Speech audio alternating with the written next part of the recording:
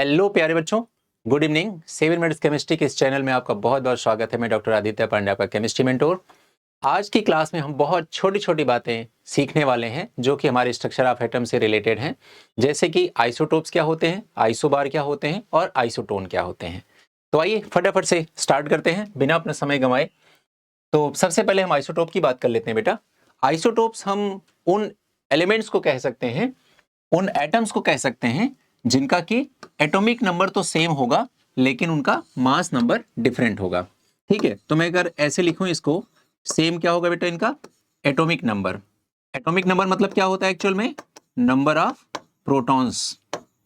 Okay, और दूसरा हो जाएगा इनका डिफरेंट। क्या क्या होगा इनका? डिफरेंट होगा इनका मास नंबर। मास नंबर को हम लोग कैसे लिखते हैं? Neutron plus proton. बेटा ये तो नॉर्मल नॉर्मल बातें हो गई, ये तो हर बुक में लिखी हुई हैं। क्या इसके अलावा भी कोई लैंग्वेज यूज हो सकती है? अगर आपने यहां पर बोला कि डिफरेंट मास नंबर, और आपको यह पता है कि मास नंबर को हम कैपिटल ए से रिप्रेजेंट करते हैं, और आपको यह भी पता है कि capital A N plus P को रिप्रेजेंट करता है, यानी कि न्यूट्रॉन प्लस प्रोटॉन को रिप्रेजेंट करता है, तो आप तो ये भी जानते हैं कि न्यूट्रॉन प्लस प्रोटॉन को एक साथ कलेक्टिवली हम लोग न्यूक्लियॉन्स के नाम से भी तो जान सकते हैं। तो एग्जाम में हो सकता है डिफरेंट लैंग्वेज में ऐसा कुछ क्वेश्चन आ जाए जिसमें यह लिखा हो कि सेम नंबर ऑफ न्यूक्लियॉन्स, तो ये ए भी एक लैंग्वेज बन सकती है। अब आते हैं क्या, एक आध एग्जांपल की बात कर लेते हैं हम लोग। तो जैसे मान लीजिए हमारे पास है हाइड्रोजन, तो हाइड्रोजन के 3 आइसोटोप्स होते हैं। एक हो गया 1H1, एक हो गया 1H2, एक हो गया 1H3।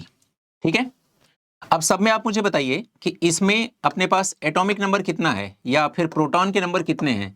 1, यहां भी 1, यहां भी 1। ठीक है, फिर आप मुझे बताइए यहां पर मास नंबर कितना है? यहां पे 1, यहां पे 2, यहां पर 3। मुझे बताइए न्यूट्रॉन के नंबर कितने हैं?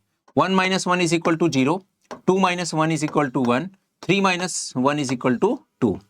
तो आप देख रहे हैं न्यूट्रॉन नंबर भी तो इनका क्या हो गया? डिफरेंट हो गया, है ना? तो हो सकता है कि कल को ये बोल दे कि आइसोटोप्स के बारे में कौन सा स्टेटमेंट करेक्ट और इनकरेक्ट है, ये भी तो हो सकता है। तो आप ये भी तो कह सकते हैं कि आइसोटोप्स के केस में एटॉमिक नंबर सेम होता है, मास नंबर या फिर नंबर ऑफ न्यूक्लियॉन्स डिफरेंट होते हैं। ठीक है, जैसे यहां पर लिखा हुआ है, तो मास नंबर डिफरेंट भी हो सकता है। और एक चीज तो हम बोल सकते हैं साथ साथ में कि न्यूट्रॉन के नंबर्स भी तो डिफरेंट होते हैं। अब हम आते हैं इस मुद्दे पे कि क्या इनकी फिजिकल और केमिकल प्रॉपर्टी सेम होती है या डिफरेंट होती हैं। तो इसके लिए पहले कॉन्सेप्ट बिल्ड कर लेते हैं कि एक्चुअल में किसी भी एटम की फिजिकल और केमिकल प्रॉपर्टी किस बात पे डिपेंड करती हैं। तो अगर वही फैक्टर चेंज होगा तो वो फिजिकल और केमिकल प्रॉपर्टी भी उसी हिसाब से वेरी करेंगी। जैसे सबसे पहले मैं बात कर लेता हूं फिजिकल प्रॉपर्टीज के बारे में। तो फिजिकल प्रॉपर्टीज बेटा हमेशा ध्यान रखना है किस पे डिपेंड करती है? मास नंबर पे डिपेंड करती हैं। अगर फिजिकल प्रॉपर्टीज, अब इसमें मास नंबर तो सेम है, तो फिजिकल प्रॉपर्टीज भी क्या हो जाएंगी? सेम हो जाएंगी, है ना? और चूंकि जितने भी हमारे पास आइसोटोप्स होते हैं उनका एटॉमिक नंबर तो सेम होता है। एटॉमिक नंबर किससे रिप्रेजेंट किया जाता है? नंबर ऑफ प्रोटॉन से। और जितने नंबर ऑफ प्रोटॉन होंगे उतने ही नंबर ऑफ इलेक्ट्रॉन्स भी होंगे। और जब सब में सेम नंबर ऑफ इलेक्ट्रॉन है तो सबकी केमिकल प्रॉपर्टी भी क्या होगी? सेम हो जाएगी। आगे बात समझ में?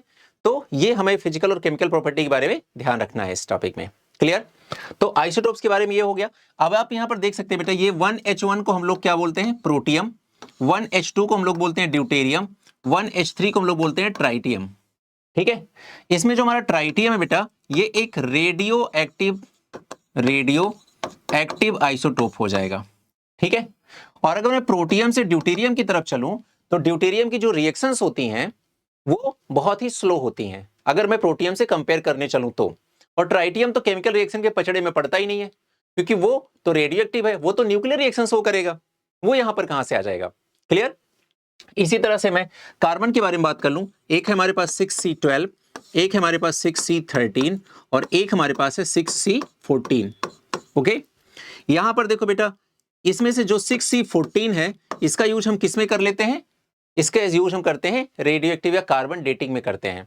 जैसे मान लेते हैं कि ना हमें कोई फॉसिल मिल गया, किसी डायनासोर का फॉसिल मिल गया, और हमें यह पता करना है कि आखिर वो फॉसिल कितने साल पुराना है। तभी तो हम ये आइडिया लगा सकते हैं ना कि आखिर वो डायनासोर इस धरती पर कितने साल पहले चला होगा। तो ऐसी कंडीशन में हम लोग कार्बन डेटिंग का यूज करते हैं। ठीक है, और उसकी वजह से यहां पर 6C14 का यूज करके हम उसके ड्यूरेशन को बता सकते हैं कि कितने साल पहले वो डायनासोर इस धरती पर पाया जाता था जीवित अवस्था में।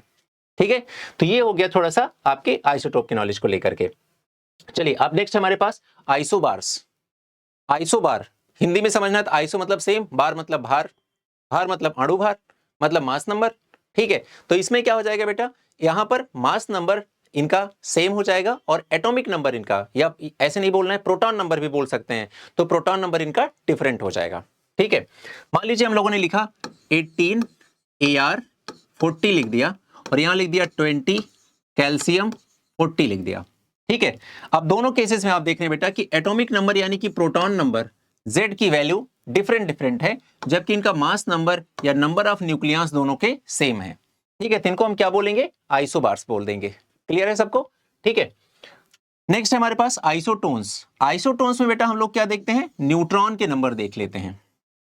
ठीक है, जैसे मान लीजिए हमने लिखा 6C 14 लिख दिया, और हमने एक लिख दिया 7N 13 लिख दिया।